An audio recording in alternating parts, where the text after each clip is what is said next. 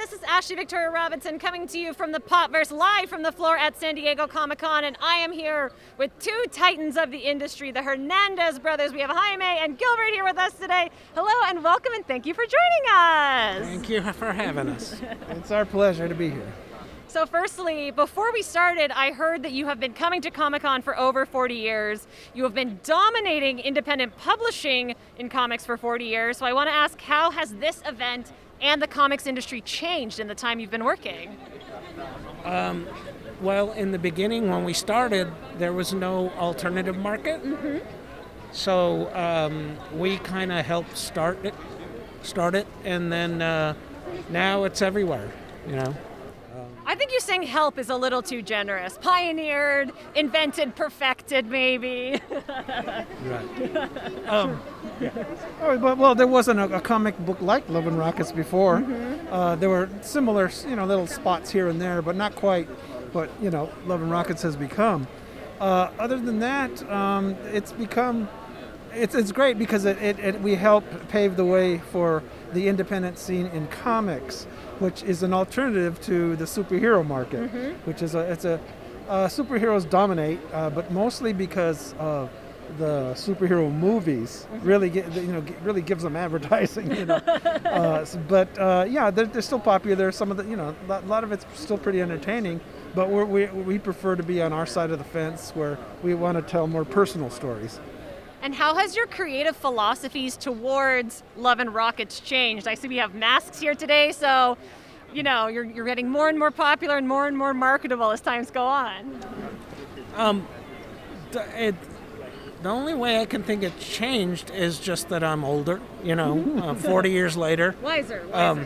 And my characters are getting older too. So at first they were teenagers, now they're old people.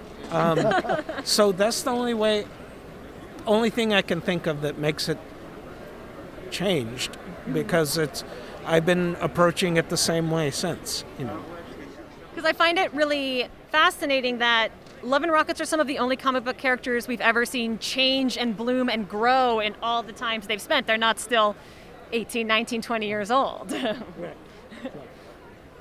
So I'm sure you get asked this all the time, but how do you maintain a healthy work and life balance? Because you're not just writing a script and turning it in, you're handling production from all aspects. So what are your tips and tricks?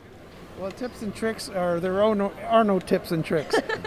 We simply do it because it's in our DNA to do it. Mm-hmm. We want to do it. We want to tell these stories. We are very fortunate that our comics have clicked with people and have garnered a really well-established audience.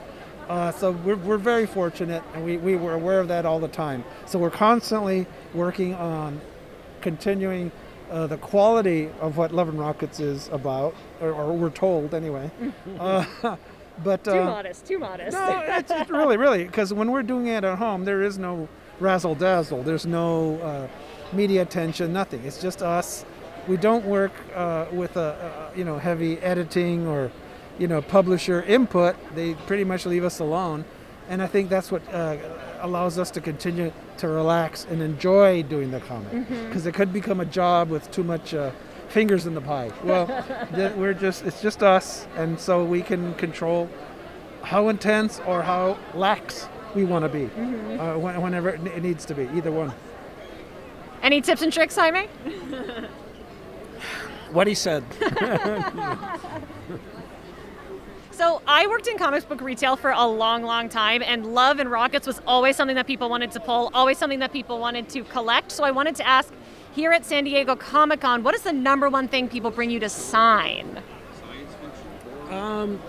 Just a number of things, like a collection of older work, or the newest issue, or whatever. It's never like what the hot thing is that moment.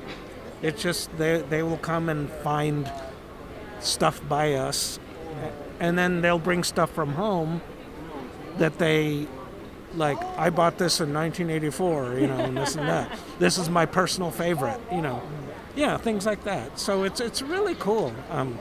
Fans are really cool. Yeah, a lot of our fans are still enjoying work we did, 30 years ago. It's really nice. Have you ever been surprised by I won't say an antique, but a classic issue maybe that somebody's brought up? Every once in a while, they'll bring up something rare, like an illustration I did for another magazine or whatever, and I'll go, "Wow, when did I do that?" You know, something like that. You know, but that's mostly the Love and Rockets stuff. Yeah. And Love and Rockets has such a vast array of cast and characters, so I know that you're working largely contained, but how do you keep everybody straight, and how do you keep 30 years of story organized? Well, that excuse me, that's difficult for me because they just come pouring out of me. I mean, out of my head. They just really, there's just, I have so much energy with creating new characters, but you really have to pull in the reins because a lot of times the new characters aren't necessary. Sometimes you have to pull back and use an older character for the same thing you were going to do, and that works just as fine. But you know, it doesn't always work that way, and we'll create new characters that we have to push back because we didn't really need them in the first time. But then we'll always find later on we could use them. You know, if we invent characters that we don't use after a while, we can always use them later. So there's that. And we never have to get rid of a character. I mean, unless their story calls for them dying. But it's like, oh, I messed up with this character. I can come back 5 years later and say, now I know what to do with them. You know. I would love to see it if I'm here talking to you again someday and you've done a big event and you've killed all the characters and they're all being resurrected. But all joking aside, what is in the future of Love and Rockets? What can you tease for us? What can you let us know is coming up in future stories? People are getting married, but I won't say who. I mean, I know that's like a dramatic announcement, like, oh, I'm going to have a wedding. But it's true. I've got 2 weddings coming up. 2? And for me, I don't have real surprises. I'm going down the line of, I don't want to. It's difficult to say because I'm ending the stories of certain characters. Some of them aren't going to be sad endings. Some of them are just going to be them drifting off, you know, into the sunset. But it's rare to have, unfortunately, a character that has that dies maybe. Let's say. And I don't like to do flashbacks just for the sake of it. And so once the character's gone, they're gone. And but what's really difficult is not to mention that character again because they were part of such a strong storyline. So it's a balancing act. So self-publishing comics, independent comics, crowdfunding is very in vogue right now. We're all on Kickstarter making comics. As 2 of the titans, what is your best advice for independent comic creators? Do what you want, not what you think you're supposed to do. Do it your way. Find a way to get it done, but let it come from you, because I think after a while you get found out if you're not. If you're faking it. And if you are yourself, if you can, as much as you can, put yourself into your work and people and this and that. That's what makes it original. Only you have your story, your life story, and if you work hard enough at it, that a lot of that can become storylines, something that you can just please people with, because the more personal it is, the more universal. And here in the Popverse, we like to celebrate the best in TV, comics, and movies. So I want to know, what are you each geeking out about that you're not working on? Hard question. You mean like a TV show? Anything. Go ahead, because I can't think of one. I don't really. My family and I, we like to watch certain programs just because it's different from what I do during the day, but they're still well done. Like say a show like What We Do in the Shadows. Yes. We really enjoy watching that, and shows like it. Just interesting because things are different now. You can get more interesting things on television than you could ever done before, which is great. But that's part of it. Just just enjoying the creativity from a different angle, from a different place. That helps, because if we just read comics all the time, we'd just be reading comics all the time. This is like, we do comics all day, no more comics. Let's watch somebody else's creativity in a different format. All right, Jaime, pressure's back on.